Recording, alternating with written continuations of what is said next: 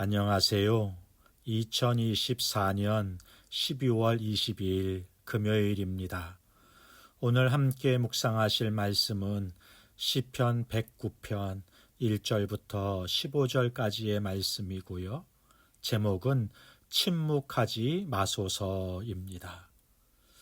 하나님의 언어 중에 침묵이 있습니다. 하나님의 침묵은 기다리심이고 드러내지 않고 일하심입니다. 그래서 침묵은 하나님의 신비라고 하기도 하는 것이죠. 우리 주님께서도 십자가를 지고 가실 때 도살장에 끌려가는 어린 양과 털 깎는 자 앞에서 잠잠한 양같이 그 입을 열지 않았다, 이렇게 말씀하시잖아요. 그러나 때로는 하나님의 침묵이 믿는 자들에게 상심이 되고 걸림돌이 되기도 합니다. 하나님의 침묵이 하나님의 부재로 인식될 때가 있기 때문인 거죠. 우리가 당하는 고난과 역경이 견디기 어렵고 힘들기 때문이고, 지금도 보이지 않는 중에 일하시는 하나님을 보지 못하는 우리 인식과 시력의 한계가 있기 때문인 것입니다. 오늘 본문 시편 109편은 다윗의 시, 이렇게 알려져요. 다윗은 부르짖습니다. 내가 찬양하는 하나님이여 잠잠하지 마옵소서. 시편 109편이 탄원시, 저주시라고 알려지지만 다윗은 찬양하는 하나님을 부르며 시작을 해요. 다윗이 생각하고 신뢰하는 하나님은 찬양받기에 합당하신 하나님이셨습니다. 자기의 인생을 구원하셨고 은혜로 인도하셨음을 잊지 않은 것이죠. 그래서 그 믿음으로 일상을 살고 이웃을 선하게 대하고 사랑했는데요. 그 사랑을 악으로 갚고 이유 없이 비방하고 거짓말로 자신을 공격하고 오히려 자신을 재판에 고소하는 사람들이 있는 거예요. 그래서 억울하고 비통한 마음이 산 같지만 다윗은 먼저 하나님을 부릅니다.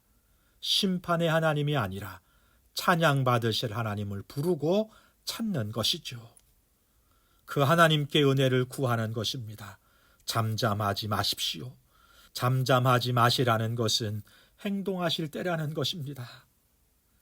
불의가 판치고 악인이 득세하는, 그래서 그 악인들이 오히려 의인을 미워하고 누명을 씌우고 괴롭히는 거예요. 다윗의 고발은 악인들이 물리적으로 공격해 오는 것이기도 하지만 속이는 말로 다윗을 괴롭히고 억울한 누명을 씌워서 자신을 고발하고 거짓 증인들을 세워서 수치를 주는 것입니다.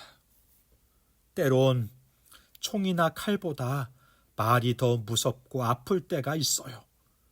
총이나 칼은 한 번에 한 사람만 상처를 주고 죽일 수 있지만 말은요, 한마디로 한 사람의 모든 것을 무너뜨릴 수 있고 공동체까지 무너뜨릴 수 있는 위력이 있는 것입니다. 나중에 그 말이 거짓이었다는 것이 밝혀지더라도 회복되지 못하는 경우가 얼마나 많은지 몰라요. 누군가는 재미로 장난삼아 던지는 말이 누군가에게는 이루 말할 수 없는 상처와 타격을 입힐 수도 있다는 것입니다. 그래서 말을 조심해야 하는 이유가 여기 있는 거죠. 말만 아니라 그 말의 톤과 표정도 중요하다는 것을 우리는 압니다. 여담이지만 제 목소리가 어느 때는 날카로울 때가 있다는 이야기를 들어요. 그래서 오해를 사는 경우가 있더라고요. 부드럽게 전달하려고 애를 씁니다만 아직도 그 노력은 진행 중입니다. 6절부터 다윗의 기도를 보면 저주에 가까운 내용들이 많습니다. 어떻게 이렇게 기도하지 생각이 들 정도예요. 그런데요, 그만큼 다윗은 하나님과 아주 밀접한 관계를 가지고 있다는 것을 알 수 있죠. 다윗은 다른 누군가에게도 털어놓지 못하는 말과 삶을 하나님께 털어놓는 것입니다. 때론 거침이 없기까지 해요. 이 부분은 함부로 쫓아하면 안 되는 것입니다.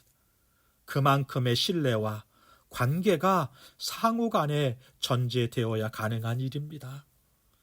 저주를 내뱉는 다윗의 기도는 모범적이지 않지만 중요한 것은 우리 하나님이 이런 기도까지를 들으신다는 것입니다.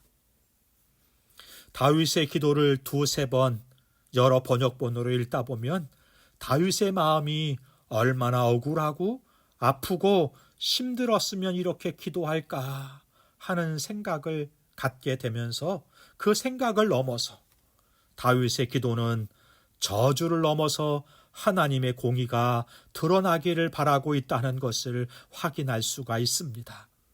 자신만 아니라 누군가 악한 자들의 불의와 불법한 일들로 어려움을 당하는 모습을 보면서 이 문제를 해결해 주실 분은 오직 하나님 한 분뿐임을 고백하는 거잖아요. 그러면서 부르짖는 거예요. 찬양 받으실 하나님 아버지, 잠잠하지 마옵소서.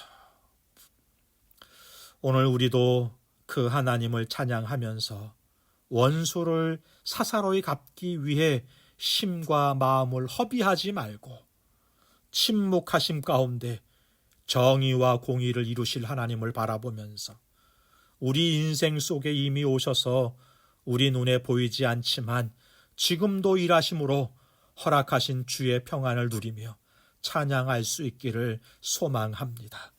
그리고 오늘 우리가 살아가는 사회와 공동체 가운데 믿는 자들이 주의 이름으로 정의와 공의를 펼치며 살아갈 수 있기를 주님의 이름으로 축복합니다. 기도하겠습니다.